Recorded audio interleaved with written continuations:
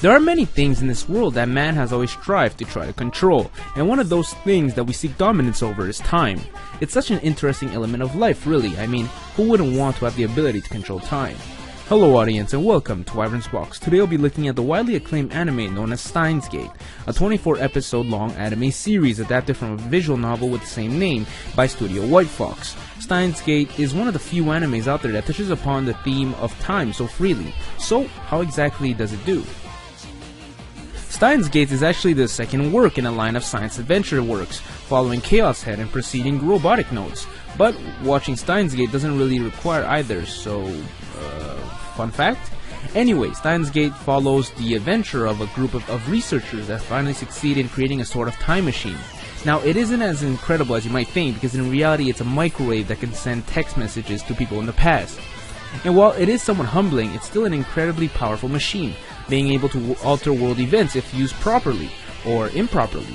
At the same time, what exactly happens is never known until actually trying it out, and what's worse is that most people won't even notice the changes. Or at least everyone, but the main character of course. Now, after playing around with this super machine, the main character, Okabe, realizes that he has altered the world around him and eventually tries to bring the world back to its original state by forcing himself back in time for a few hours with his memory intact.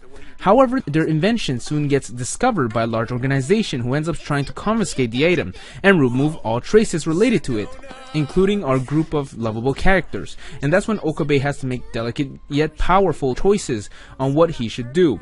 At the same time, it's really hard to pinpoint in the anime when and where the story progresses. Because Okabe moves around in time so frequently, there are multiple repeats and or recaps of the same event with slight alterations. Another thing is that the anime uses many interesting characteristics of time, and more specifically time travel.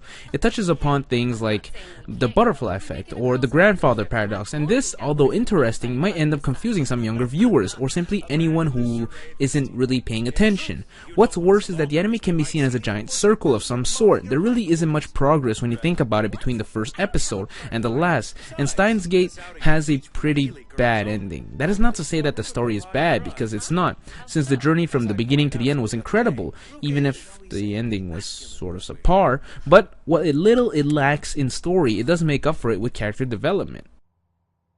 The main character is, like I mentioned before, Okabe, a self-proclaimed mad scientist and leader of the Future Gadget Laboratory who, for no apparent reason, calls himself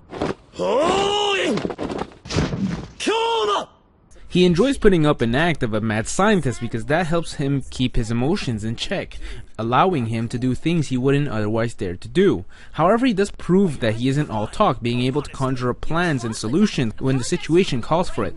Lastly, the fact that he does break down from time to time keeps him human, and really helps create a persona that isn't just a huge loudmouth. The rest of the important characters are mainly the other members of the Future Gadget Laboratory. You have Fat Ass, that doesn't really do much to be honest, Red Hair Tsundere, Too Cool to Talk Blonde Chick, You triggered my trap card! And the most important one, now, while it does sound like I'm insulting them, that's more or less what I really got from them. The problem is not that the characters don't get developed, because they do.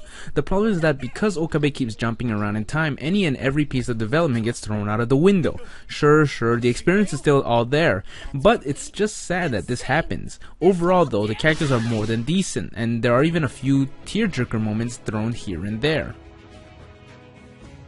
Having Studio White Fox as your daddy is never bad. With works like Yvern and Akame ga Kill under their belts, this relatively new studio is one to watch out for. The character designs are likable, the animation is both fluid and crisp, while the whole atmosphere as a whole felt so unique and lighthearted. Both the large things and the little things felt so polished, with attention to detail for both the buildings and smaller objects like cell phones.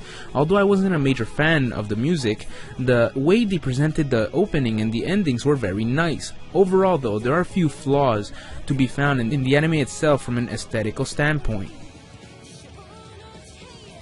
Steins has probably become the go-to anime for many when it comes to animes that toy around with time, and frankly that's understandable seeing how solid the anime actually was. With an interesting story, quirky characters, and great presentation, Steins really was a fine anime. Thank you all for watching my review of the anime known as Steins. I hope you enjoyed my review, and if you did, please leave a like or subscribe because that really keeps me motivated to make more content.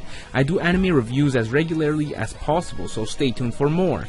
Anyway guys, thank you all for watching. This has been Yvern and my box.